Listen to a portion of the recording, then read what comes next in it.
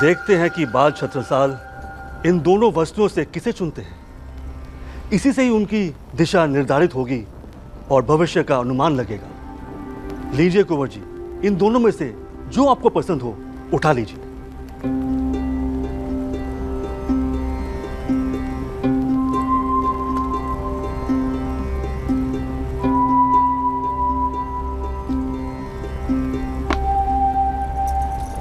हम लड़ेंगे भी और लिखेंगे भी।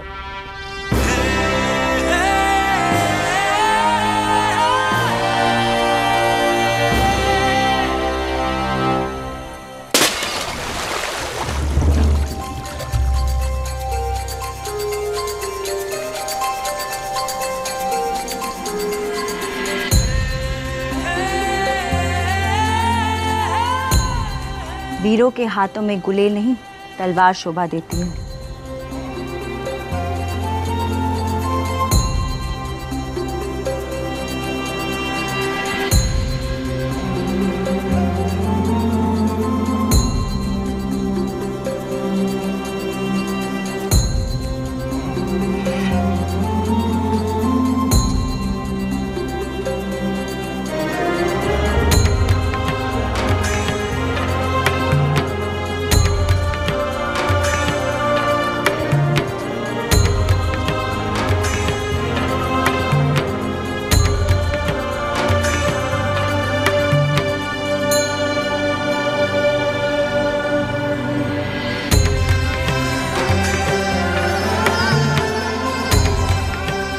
वक्त का पहिया अपनी रफ्तार से आगे बढ़ रहा था। छत्रसाल चंद्रमा की कलाओं की तरह बढ़ रहा था।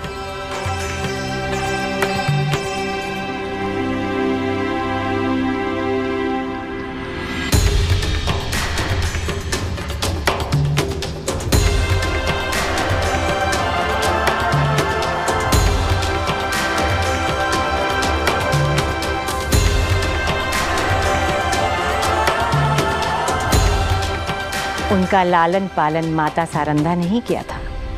उन्हीं से छत्रसाल को शस्त्र और शास्त्र दोनों का ज्ञान प्राप्त हो रहा था।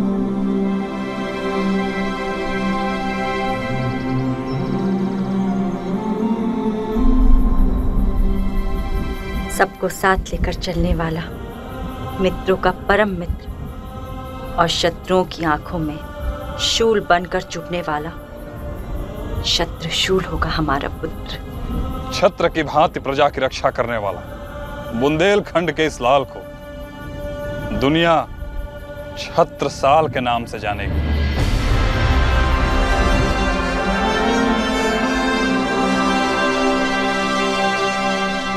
मुगलों के द्वारा बार बार आक्रमण किए जाने के कारण उनको छत्रसाल सहित अपना निवास स्थान बदलते रहना पड़ता था।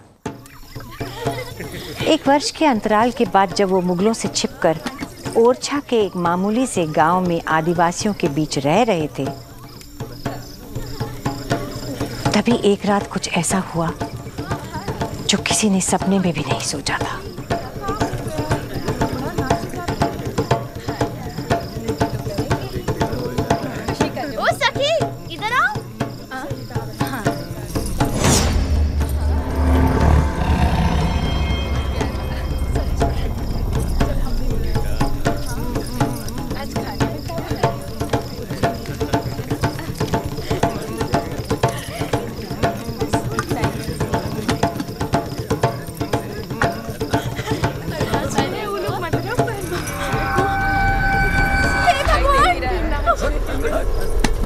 लल्ले को वो शेर उठा के ले गो। कोई कुछ करो, हमारे लल्ले को वापस लाओ। कितने गए हो आदमखोर? हाँ, चलो चलो चलो चलो चलो चलो।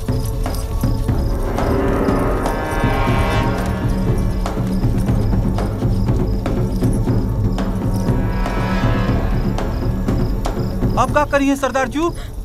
इस समय जंगल में जाने को मतलब मौत आयो।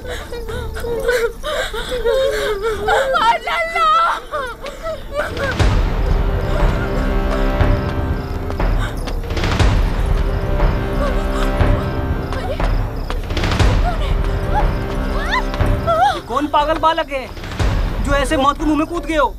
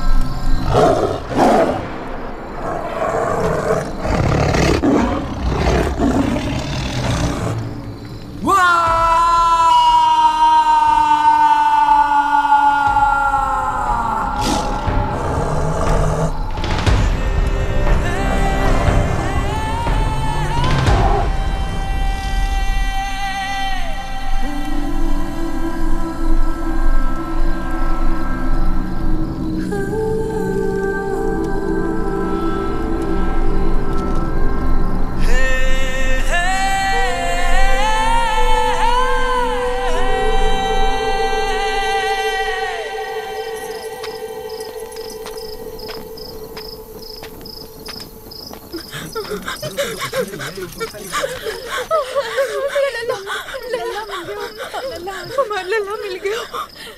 हमारे लिए भगवान बन के आए हो बेटा। कौन हो तुम? साधारण बालक तो नहीं लग रहे हो। कौन हो तुम? हम श्री चंपत राय और माता सारंदा के पुत्र छत्रसाल हैं। कुंवर छत्रसाल? हाँ, एक माँ को उसका बेटा लौटाया है आपने। भगवान आपको इतनी शक्ति और जस दे जिससे आपके नाम की डंका एक दिन पूरे हिंदुस्तान के कोने कोने में सुनाई दे। वीर छत्रसाल की जय, वीर छत्रसाल की जय, वीर छत्रसाल की जय, वीर छत्रसाल की जय।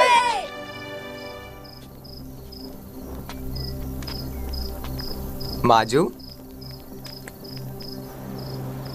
माजू, माजू, आपका गुस्सा तो हमसे है ना, भोजन से तो नहीं। अब भले ही हमें दंड दे दीजिए पर इसे चुप मत रहिए। आपने सुबह से कुछ भी नहीं खाया है।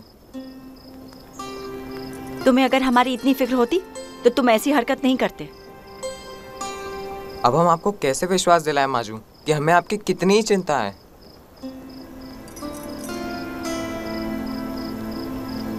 अच्छा ठीक है, अब आप जब तक हमें क्षमा नहीं करेंगी हम तब तक एक पांव पर खड़े रहेंगे और एक भी निवाला नहीं खाएंगे।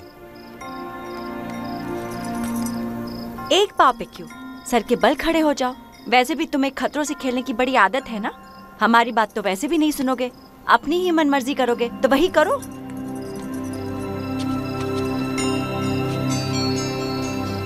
ये लीजिए माजू, अब तो हम सर के बल भी खड़े हो गए। अब तो हमें क्षमा कर दीजिए ना।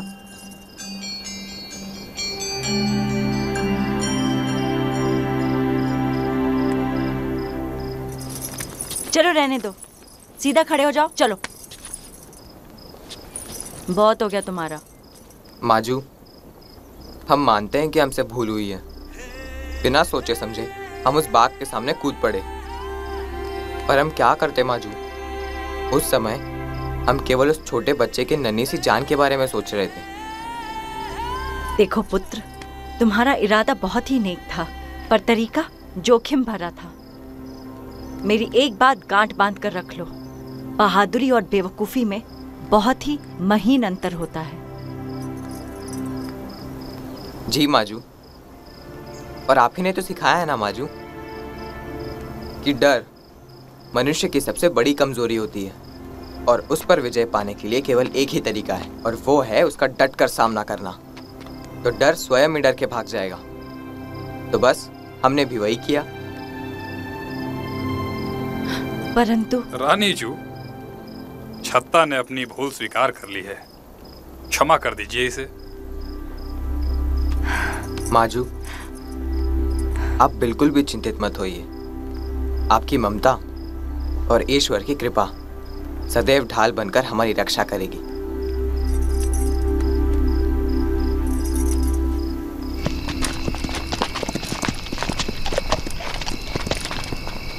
चारों ओर खोजो इन काफिरों को, यहीं कहीं छुपे होंगे। जी हुजूर। तुम्हारे जीवन का लक्ष्य तुम्हें पुकार रहा है। परीक्षा की गहरी काली रात आ चुकी है। उठो, जागो, निडर होकर आगे बढ़ो। मैं सदैव तुम्हारे साथ हूँ। उठो छत्रसाल, उठो। छत्ता, छत्ता, छत्ता, जल्दी से उठो। तुम्हें यहाँ से जाना होगा, मुगलों ने आक्रमण कर दिया है। उठो। पर माजू, हम आप लोग को यहाँ अकेले छोड़कर खुद कैसे जा सकते हैं? पुत्र, ये हम सबके लिए कठोर परीक्षा की घड़ी है, लेकिन हम भावुकता में आके काम नहीं कर सकते। क्या कर रहे हो?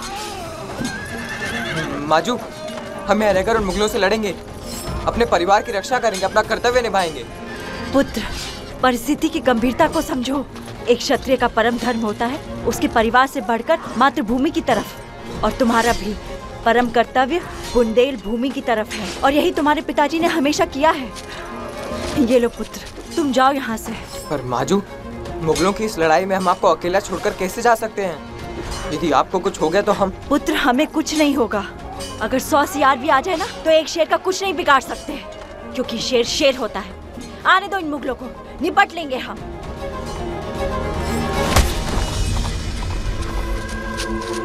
ऐसे मुश्किल समय में भगवान का भरोसा होता है। हम लड़ेंगे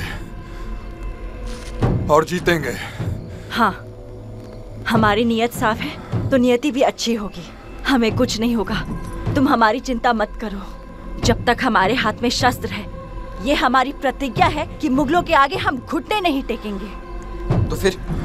तो फिर हमारे लिए आपकी क्या आज्ञा है माजू? पुत्र, हम चाहते हैं कि तुम अपनी बहन मान कुंवरी के पास चले जाओ। वहां तुम्हें शरण और सुरक्षा दोनों मिलेगी।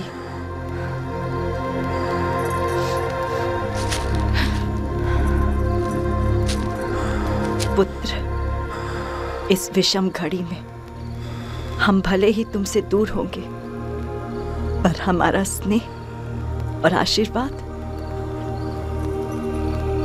हमेशा तुम्हारे साथ होगा।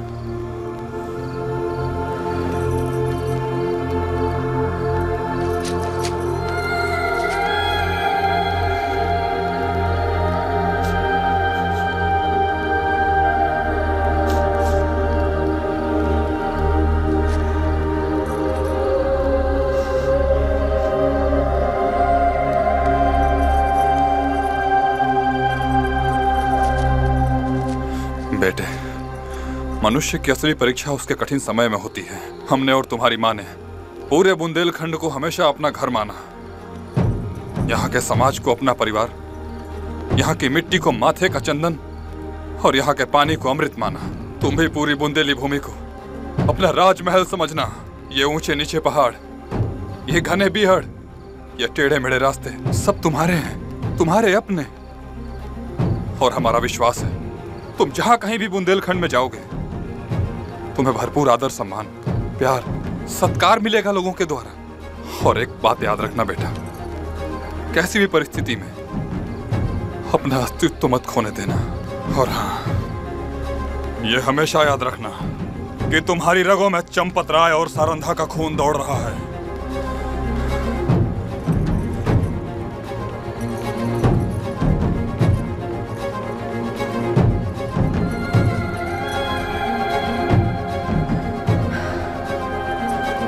खुश रहो।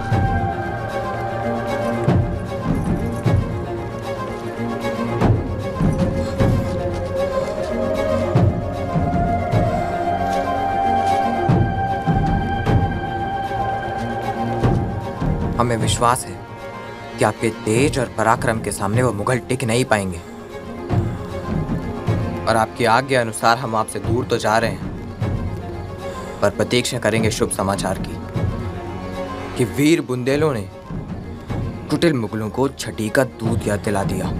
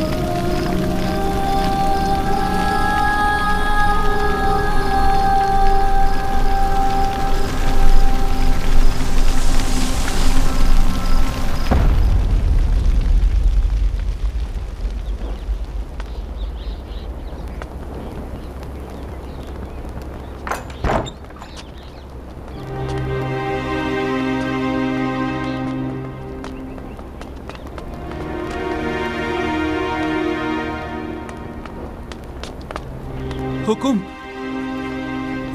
हुकुम, एक बुरी खबर है हुकुम। अभी भी पता चला है कि आपके माता और पिता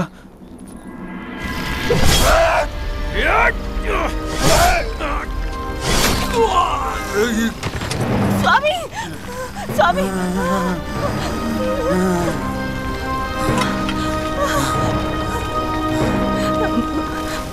आपको कुछ नहीं हुआ है? आप उठिए, चलिए।